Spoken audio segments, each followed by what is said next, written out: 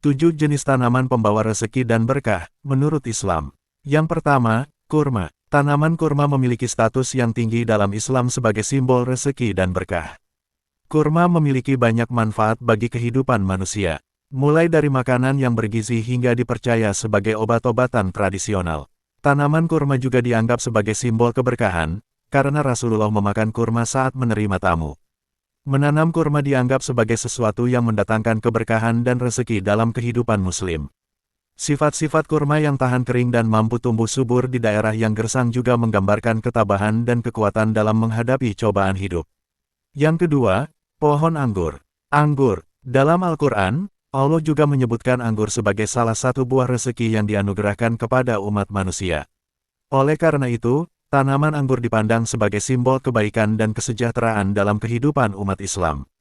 Ketiga, pohon pisang. Pisang. Tanaman pisang dianggap sebagai tanaman pembawa rezeki menurut Islam, karena berbagai manfaatnya yang melimpah.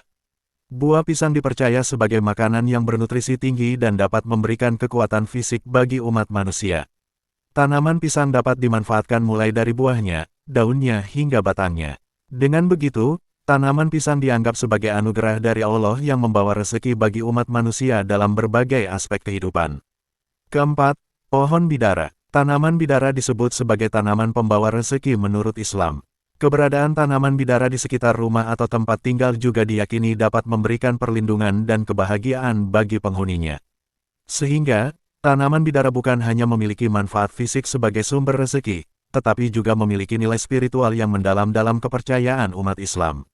Kelima, anggrek. Tanaman anggrek dianggap sebagai tanaman pembawa rezeki menurut Islam. Keindahannya merupakan salah satu tanda kebesaran Allah.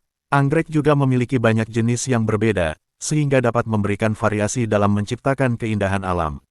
Anggrek juga menjadi sumber inspirasi bagi seniman dan fotografer dalam menciptakan karya seni yang memuji keagungan ciptaan Allah. Harga tanaman anggrek pun sangat mahal, sehingga mendatangkan rezeki bagi orang yang menjalani bisnis anggrek. Keenam, lidah mertua. Tanaman lidah mertua dianggap sebagai pembawa rezeki menurut Islam karena memiliki banyak manfaat. Tanaman ini dapat digunakan sebagai obat tradisional, memiliki nilai estetika sebagai tanaman hias, dan juga bisa dijadikan sebagai sumber penghasilan tambahan. Dalam Islam, tanaman lidah mertua dianggap sebagai anugerah dari Allah yang harus dimanfaatkan dengan baik untuk mendapatkan rezeki dan keberkahan.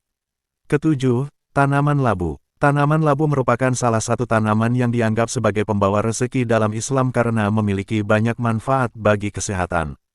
Labu dapat digunakan sebagai makanan pokok, bahan tambahan dalam masakan, obat herbal, dan juga sebagai sumber pendapatan bagi petani.